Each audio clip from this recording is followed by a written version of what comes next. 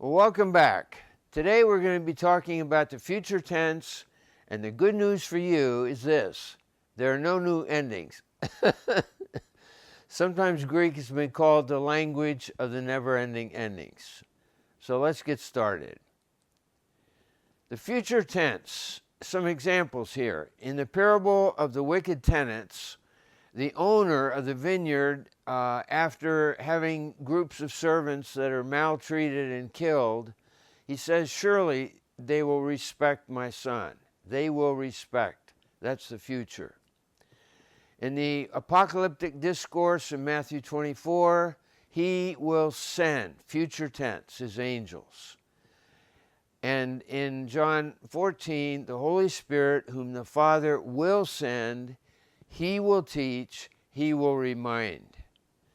So you have three future tenses there. So let's take a look at the forms here. Let's pronounce these together. Luso, luces, luce, lusamen, lusita, lususi, or lususin. Now, you've had these endings in chapter 1. The new thing that is added here is what is called the sigma suffix. That characterizes the future. You'll see it in all 6 forms, the sigma suffix. So we have the future comprised of a stem, a sigma suffix, and an ending. Just by way of review, in the present tense, we had a stem plus an ending. In the imperfect tense, we had an augment, stem, ending. And now in the future tense, we have a stem, suffix, and ending. So we have our memory picture here. Through his binoculars, Lou contemplates the future. We use the binoculars here just to help us remind us of the future. And he contemplates the future, the indicator, using the wrench in his hand. He will act, future tense, to loose the indicator. And we still have the indicator there with the gauge on it to tell us facts. And then you'll see right above here the sigma sun. That's a image we use here for the sigma suffix. So left to right, we have Lu, we have the sigma suffix, the sun there, and then you have the familiar oasis with the omelet that's oozing out of the pan. You remember those endings. Here they are again. Oase, amen, eta, usi. So no new endings. All right, the future middle. Let's pronounce these. Lusamai, luce, lucitai. Lusamatha, lucista, lusantai. You've had these endings back in chapter 4. This is the future middle indicative, not the future middle passive, just the future middle. And you'll notice again here we have the sigma suffix right across the board. So even with the future middle, you've got the stem, you've got the suffix, and you've got the ending. I shall loose for myself, you shall loose for yourself. All right, our picture here, Lou contemplates the future when he will loose the indicator for himself. And you'll see there on the indicator a medal, like an Olympic medal. That reminds you of the middle voice here. That's the medal. So we see Lou here in the picture to the left, and then here's the sigma sun. And then what do we have off here? We have the amethyst as the untire.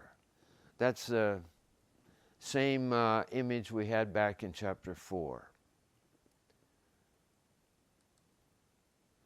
Now, you may be asking, what about the future passive? We'll see this in chapter 10. And here's what it'll look like. Luthesamai, I shall be loosed. Baptisthesamai, I shall be baptized. And what we have here is in the chapter 10 with the future passive is that the theta eta is inserted before the tense suffix. So I'm just giving you that by way of pre-information, but certainly you don't need to know that at this point. All right, a little practice here. I'm going to hit the pause button and would ask that you do the same, and then we'll come back and compare notes. Now that you've had a chance to do your own work, let's talk about these particular forms. Therapeusae, we notice here we have a stem. Here's our sigma suffix and an ending. Future active indicative, third person singular, he, she, or it will heal. The second one, pistiusita. Future active indicative, second person plural, you will believe. All right, now let's take a look here. We have blepomen, a stem and a suffix. Present active indicative, first person plural, we see. All right, the next one, ablepomen. Here we have an augment, stem, ending. That reminds us of the imperfect. So this would be imperfect active indicative, first person plural, we were seeing. Blepsomen. All right, now notice very carefully. We have the blep here. Now notice what happens here. We have a pi, that's part of our verb stem, and then the sigma suffix, and you put a ps together, and it's ps. That's the letter psi. So the suffix is there, but it's hidden.